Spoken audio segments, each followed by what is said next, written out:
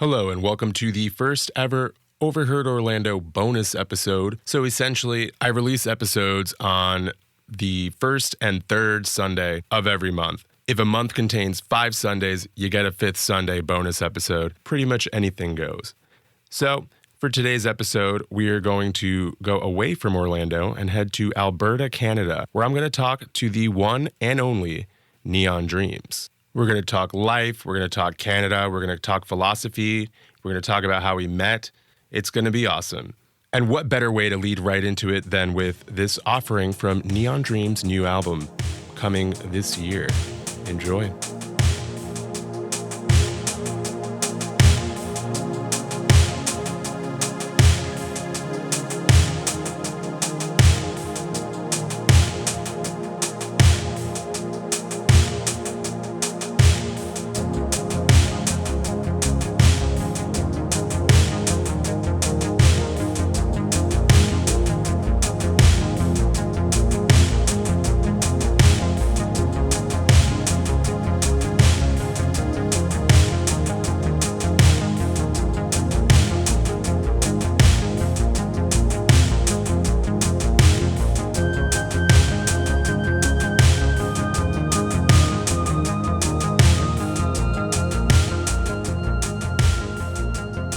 All right, so I'm here with Neon Dreams.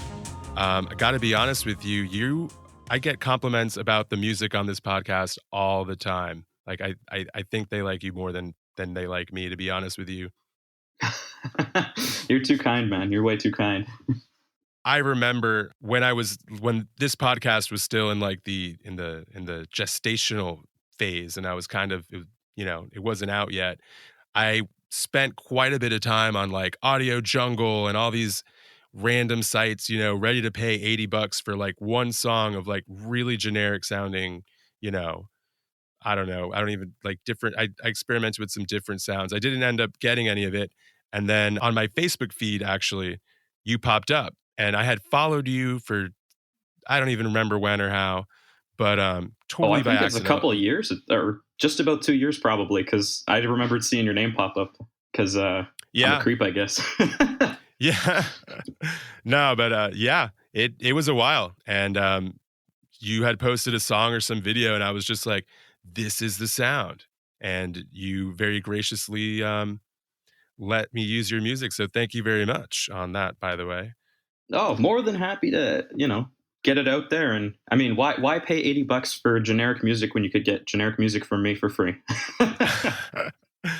So I guess my first question for you then would be like, what is something that you discovered by accident, kind of like I did? Like, what was like the last serendipitous kind of moment that you can recall? Oh, that is an excellent question. I think probably it's not the last one, but a big one for me I was so happy that I stumbled upon it, was running into the sort of vaporwave and other experimental like Molsoft and all that genres by complete accident. I wanted to find some kind of experimental music for a school project and just started shuffling on SoundCloud and Bandcamp and just going with recommended until I got to weirder and weirder stuff.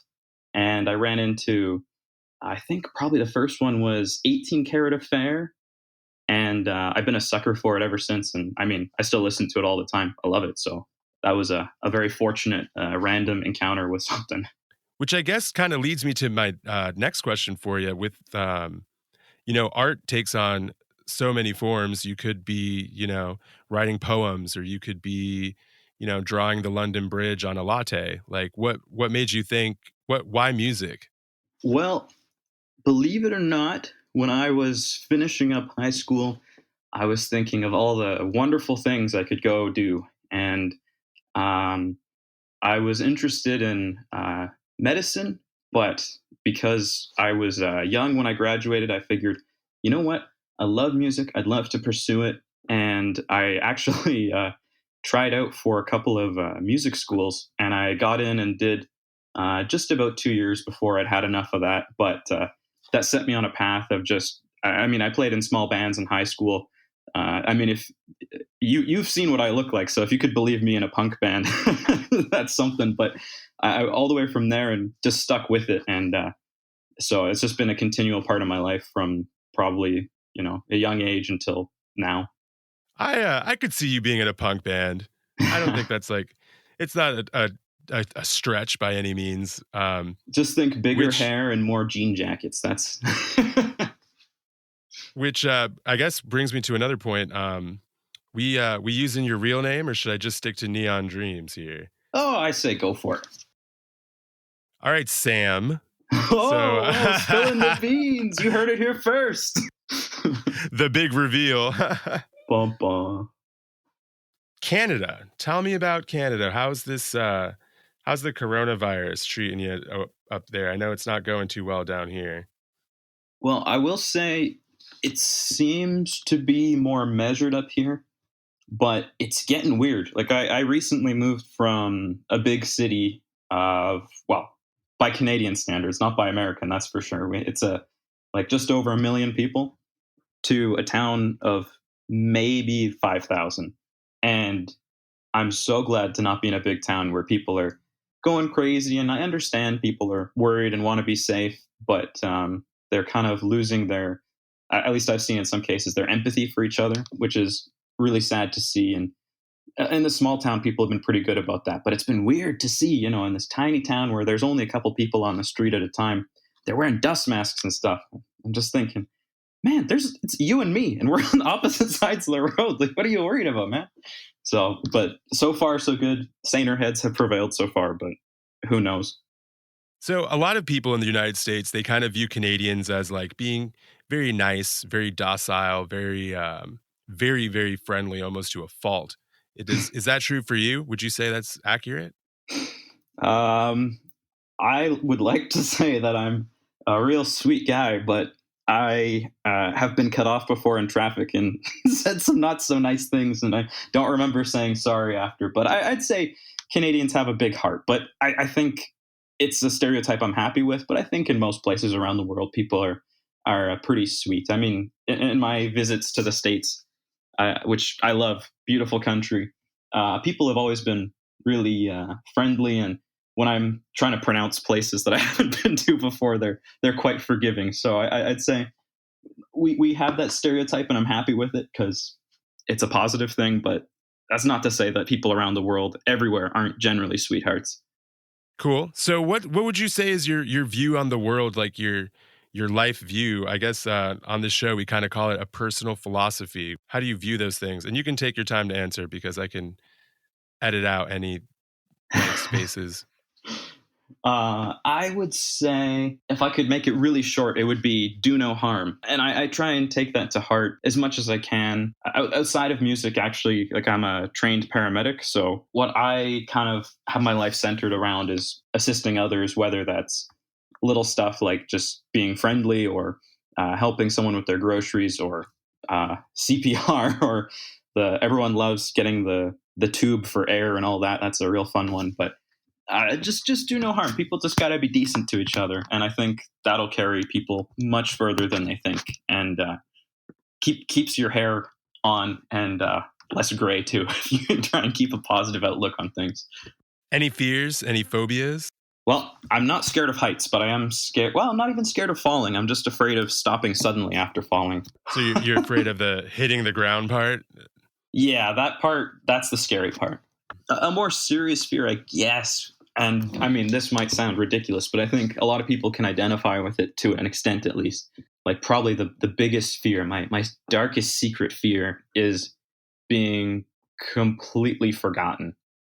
Like if I just left my house today, no one would remember. That is a huge fear. But I like to think that it's sticking with that sort of life philosophy that you make a bit of an impact, and that's a good way to be remembered, and perhaps people will be affected by it and try and do the positive things that they saw you do or something like that, instead of, oh man, there was this guy who was here and now he's not. Huh. Yeah, I got to say I can relate to that. One terrifying thing I read one time, one day the last person will think of you for the last time. And that just made me feel like, oh, like it's a pretty Yeah, it's a sinking feeling, man. It is not a pleasant feeling to think about. So I can totally relate to that. On a more positive note, though, who, what, or where inspires you? Oh, I am inspired all the time listening to usually just new music. Really invigorates me and gets me excited about music again if I'm in a lull. There's lots of fantastic artists, big and small. Usually it's them boomers, if you catch my drift, that say music today, wah," and they complain.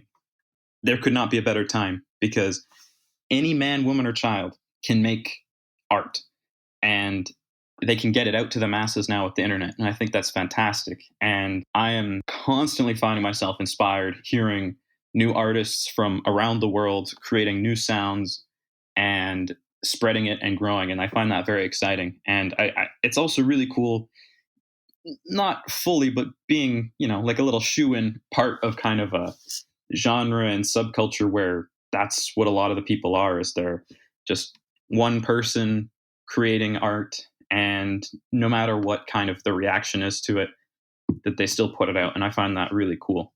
And that's really what fires me up these days. All right, you're on an elevator. You got 15 seconds till you get to the 6th floor. Somebody asks you, what is Neon Dreams? Go. Music, man. No, I would tell them I am what you're listening to in the elevator right now. That's me playing over the PA. Man, I tell you what, if I owned a building or something, that is exactly what would be playing over in my elevators or my department stores. It would be fan-fucking-tastic. Well, thank you. So I guess something I've always wanted to ask, literally always wanted to ask, and I've just never had the right person on. When's the next album? I wish I could give you a solid answer on that. I hate to sound artsy fartsy, but I feel, whether it's right or wrong, that I have kind of a love-hate relationship with creating. And sometimes there's kind of a fog or a lull where you keep putting in work. And I find that if I don't try and put in a little bit, at least every couple of days, that I feel like kind of lose the magic a bit. And I've been struggling to get things together, but I'm hoping in the first part of the summer, I will have an album out and ready for tapes and ready for distribution and for people to listen to. Last album. What is your favorite track? What is your least favorite track? My favorite track is probably the opener. I love the punchy drums. Those, I got really lucky with those. Usually I struggle a little bit with percussion, but just something about the first pass. It was nice and punchy, like a slap on those kicks and snares, and I loved it. And I feel like that's one of my better songs to date. Whether that means it's good or bad, I don't want to comment on that, but I feel like I did a good job. But my least favorite, but they're all so good. I think the track Sanctum City, as much as I enjoyed working on it, probably has the least re-listenability to me. But that might just be because I spent a long time on it and I've heard it a bazillion times. So, fun fact, Boot Launch, which is your album opener, is the opener to this podcast. And Sanctum City is the closer to this podcast. I should have said those are my two favorites then. I shouldn't have said I didn't like that one. No. Hey, I definitely love it. And like I said, I get tons of people like telling me like, music's fantastic. That makes me feel very warm and fuzzy inside, and I'm not ashamed to say it. So tell me the process you went through in the creation of the last album, because it definitely sounds like there was some blood, sweat, and tears in there. Yeah, I would say so. It took, all in all, from first sitting down and getting some chords in on the first track to mastering the last, probably about 10 months, I would say. Over those 10 months, I had a lot of changes in my own life, which I think was reflected a lot in the album. But the album I wanted from the start to kind of be a journey. My first album, I think, was more just, it was tracks that I'd put together, and I thought I found a nice order that they worked together, but it wasn't some sort of large statement as a whole, which I feel bad about that. So I went in with that as my express goal for this album. It was supposed to be kind of a journey in a way to a city that doesn't exist, obviously, but it's supposed to be sort of utopic, but the listener feels sort of like it's soulless and it's missing something, and they're searching for that meaning in the music. And they, about 3/4 of the way through, find it, hold on to it for a full 2 minutes and 37 seconds, and then it starts to fade. And I feel like I had some of that in my own life, and I tried to put that into the songs, where it does feel kind of empty at times. And when there's that warmth and bright sounds, it kind of brings you in and reinvigorates you and leaves. God damn it! 1 second.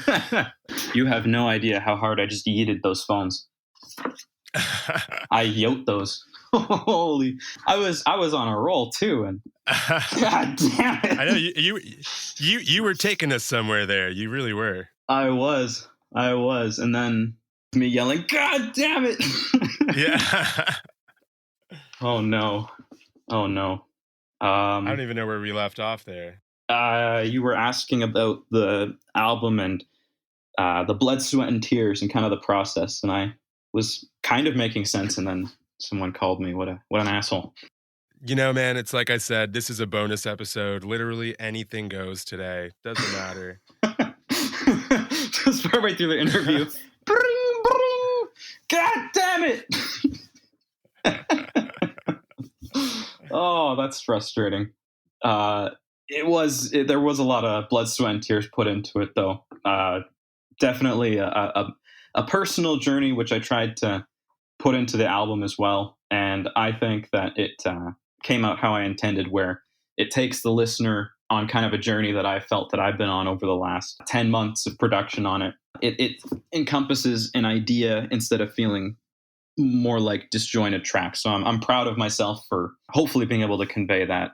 It's always about me improving, and then if people like it, that's great. But I'm happy to say that I feel like I accomplished what I was trying to do. You mentioned that your first album, you didn't feel like it had a statement. So what do you think your last album statement was? And do you have a statement for the next album?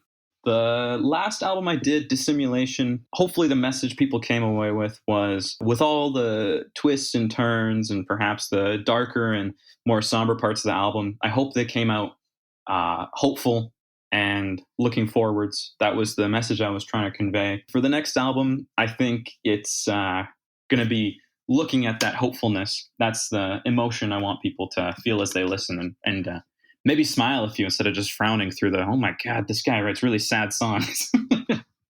It has a sad style to it, I guess, maybe, but the music very much does come off hopeful, which I think is why it works so well for this podcast. I mean, it was, like I said, I remember I was like, oh shit, like this is it. Like this is the sound I wanted. And like I said, you just ever so graciously allowed me to use your music, and I'm eternally thankful for that. Wow, when you contacted me and told me a little bit about what the podcast was going to be, I mean, I was excited to hear it, whether I was a part of it or not. I think it's so cool that you're bringing together different minds and artists and various people from different backgrounds to just talk about their experiences. And I think that's so exciting that it's happening to begin with. So you had a listener, whether I was a part of it or not, but it's really cool to be a part of something like that. Wow, like that. I enjoyed hearing that very much. Thank you so much. You're definitely part of the team. I mean, at this point, it's just us, but you know what? That's just fine. And it's working out great so far. Sometimes I just wait for the day that you're like, hey man, if you want to keep using my music, I need some royalties here, like some money. So until that day. On the day where you bring Joe Rogan on the podcast, maybe I'll give you a call and say, you know, I am more than happy to provide it absolutely for free to you, my friend. Not a problem to me. Hey man, appreciate that. So I'll just jump into the next question, I suppose, here. While we're on the topic of monetization, what's the worst thing you've ever done for money? I think most of my jobs have been fairly positive, but I made it in high school. I was the burrito boy. I worked at a little taco time covered in grease, making tacos and burritos. And while I worked with lovely people, oh my god, I I was eating the supply. That was not; those were bad times. Those were dark days. Is that like a franchise up there? Taco Time? Oh god, I forgot. I forgot. I'm so foreign and exotic. It's yeah, it's a fast food taco joint. Wow, okay. Interesting. I've never heard of that. Yeah, That's pretty cool. it's greasy. It's greasy, that's for sure. But it fills a hole, and I got to be a shape from working there. That's for sure.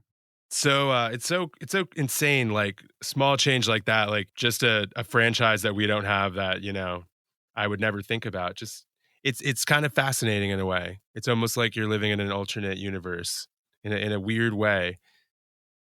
In this alternate universe, we eat tacos too. Don't worry, we're not that different. Thank God. Thank God. And believe it or not, we're only going to get about 7, 8 months of winter this year. So, woohoo! See, I love the cold. I would love to go like, and I say this now, but I'm sure if I was there, I would freeze my ass off and come back. But I would love to go to like way to the north of Canada where they kind of have like the long periods of night. Oh, I just want to know what that's like for the sun not to come up. it's weird. I can tell you from personal experience, it's weird. I visited one of the northernmost. I can't say city town. I think there's 1,900 people that live there. I went to Iqaluit once, and it was very bizarre. You go to bed at, we were hanging out with family, so we went to their cabin. We were going to bed at, I was a kid, so maybe 10 p.m. And being a kid, I slept in. I woke up at probably 9:30, 10 a.m. And it was pitch black outside. There was no, I mean, in this area, there's no street lights or light pollution, but pitch black. You couldn't see anything. It was so disorienting. It was like being on another planet. And it was awesome. So you should do it. Yeah, I kind of feel like I would even be curious to see what long periods of daylight would feel like. But I think like the long periods of night kind of intrigues me a little more. It would just be interesting. It's something different. It's something. Hey, come hang out, dude. I got a couch. Yeah. I got a couch. I got a cassette player. It'll be fun. I'm sure. I'm sure I could go there for very, very cheap right now. Actually, Yeah, that's an interesting thing. Is our airport and everything is shut down. It's eerie. yeah. I feel like Canada kind of took like the preemptive step because it's kind of like here. It's shutting down bit by bit as things get bad in a particular area. It's not really working out that great. We'll see what the future holds. Yeah, it's pretty wild. Yeah, yeah. We didn't say, oh, these are kind of the major centers. Maybe we should put restrictions. It was we're going to be very egalitarian. Everybody gets locked down. No one goes in or out anywhere. I knew a lot of people who were still traveling and doing things and kind of living their life. And I don't know, they say that this thing can have no symptoms. So who knows? It's just like this weird invisible man. I was thinking the other day about how like if this thing was like a little deadlier, like a little bit deadlier, this could be like a real apocalyptic scenario here. Like, Oh, dude, be going Mad Max. I'd be putting spikes on my car, getting chrome spray paint. It'd be awesome. no, that would be pretty fucking dope, actually. Although I will say, I always thought that if we were gonna be wiped out by a pandemic, it would be like climate change caused this iceberg to melt and this virus that's been frozen for 20 million years that we don't have any immunity to. That's what I always thought it was gonna be. Yeah, not like a disgusting soup with a bat in it. Yeah, no, it's not what I visualized. And it's kind of like, if I see like a robot on TV and I'm like, oh, we're nowhere near Terminator. Like, damn it. Like, I just want like, if it's gonna go out, like, I don't know. Yeah, make them like sing songs about it, like songs of our great battles with the Terminators or with our phones with Siri or something like that. Not, and then someone ate bat soup and shook hands with people, and humanity was gone. That's not very. That doesn't make for good Yeah, songs. yeah, it's just, it's a lot more disappointing, I guess. Which I guess we can roll into the next question. What's your biggest disappointment in life? Wow. That's a big question. I am actually disappointed in myself. I'm admitting it here because they won't know, but I didn't finish college. I didn't finish that music degree.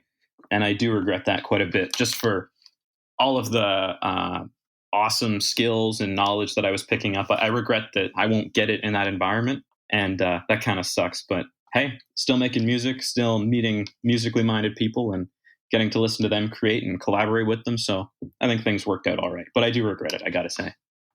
Well, no one's finishing college now. Not this year, not yet. But the message is, kids, stay in school and only do drugs if they are cool drugs. Okay? None of those uncool drugs. There's a lot of the uncool drugs going around, I feel like. Yeah. I really do. Yeah, please don't do drugs, kids. all the little tykes that listen, the little preschoolers that are listening right now, please don't do drugs. Oh, man. That's why I put the explicit rating, even if not every episode isn't explicit. Oh, clever. So now the little kids don't get to hear me say, come on, just do the cool drugs, kids. Like, come on, it's fine.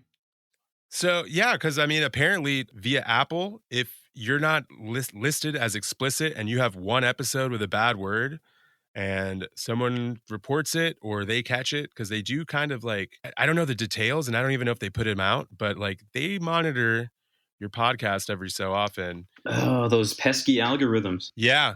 They'll pull it if you curse or anything. So I just like the freedom, Yeah, holy like overreach, Batman. I that's something that I rightly or wrongly get concerned about, is kind of the overreach and censorship, even of little things. Like it quashes art, especially, which is really sad to see art forms get crushed under censorship that's maybe the intention is good, but it's misguided in how it's carried out, and that's always a disappointment. Yeah, I mean, I definitely see that. I feel like some of the best art that I've ever encountered in my lifetime has made me a little uncomfortable sometimes, and has kind of been a little bit like jarring or strange, and people who would have that not exist if they had their way, and that's kind of unfortunate. Yeah, I think you're absolutely right that some of the greatest art is kind of confrontational, and you have to confront that art and think, why am I feeling this way?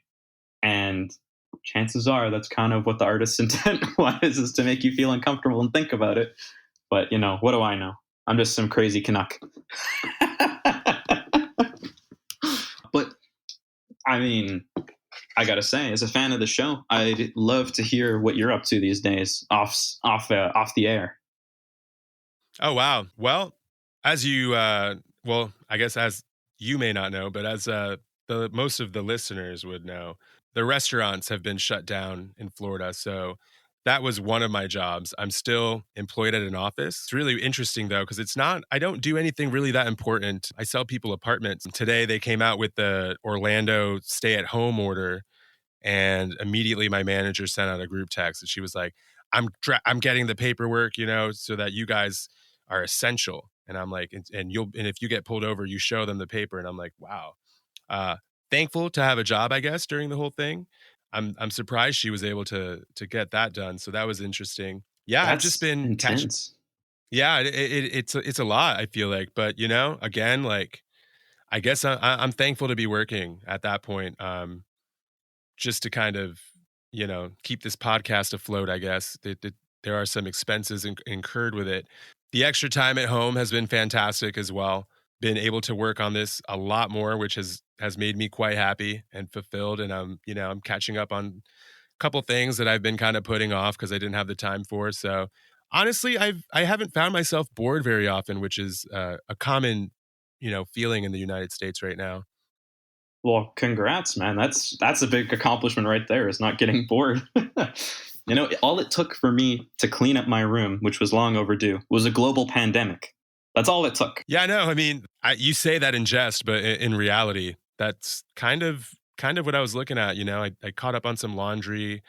I read a magazine. Like it was weird. It was weird, the stuff I had wanted to do and didn't find time for. Well, I'm glad that you're staying safe, though. I'm sorry I interjected and said that's intense. Just over here north of the border and very far north of Florida. Holy smokes. it's not that locked down where, I mean, you're encouraged to stay indoors, but I don't have to produce a piece of paper with a reason for being oot and a boot. So just stay safe, man. That's pretty crazy. Holy. I got to be honest, if I get pulled over for doing nothing wrong and I have to show them this piece of paper that, essentially says I have the permission to not be in my house, like it's gonna feel kind of weird. It's gonna feel pretty oppressive. Not that I think we're doing this for the wrong reasons or anything, but like, man, it's gonna feel weird. I love my dystopia books. I love my Philip K. Dick. I love my Blade Runner, but I didn't want it like this. I wanted cool neon signs and like flying cars and people wearing like trench coats and have like see-through umbrellas with lights on it. I didn't really want. I didn't want this. I didn't ask for this. That would make the rest of it like very forgivable. I don't have a multi-pass. I have a piece of paper that my boss emailed me, and like, it's just not the it's not the same. No, it was supposed to be way cooler. I want a damn multi-pass. I guess I will add, it's been super hard to get an interview. Everyone's got the time to do it, but nobody wants to come over or wants to, venture out, I guess, which is not a bad thing. This is actually kind of like the test for this software that lets me record remotely. So we'll see how this interview turns out. For all I know, I could go back and listen to it and the audio just be completely unusable. So we'll find out. I really hope that's not the case, because this has been quite a treat. Yeah. Oh God. Fingers crossed. But I think if this comes out good, that's great. Because I mean, I was saying earlier, I think it's awesome that anybody anywhere can put out art, no matter the budget or anything like that. So I think if this works, that's awesome, because you can get a lot of interesting folks on. Yeah, for sure. I think that because normally this podcast is kind of to feature, I guess, the people of Orlando. Mhm. But you know what? This is a bonus episode, so whatever. And Yeah. not to mention, like I said, my listeners have expressed a great deal of interest in you. So Well, we're I'm sorry to break it to everybody, but I'm not that interesting. we're finally getting to meet the man behind those beats, those chords that just are infectious, for lack of a better word. Well, a lot of time goes into those. That's for sure. That's always going back and tweaking, and I could spend weeks and accomplish very little aside from that note. It sounds right. Finally, holy smokes! So I'm glad that you dig it.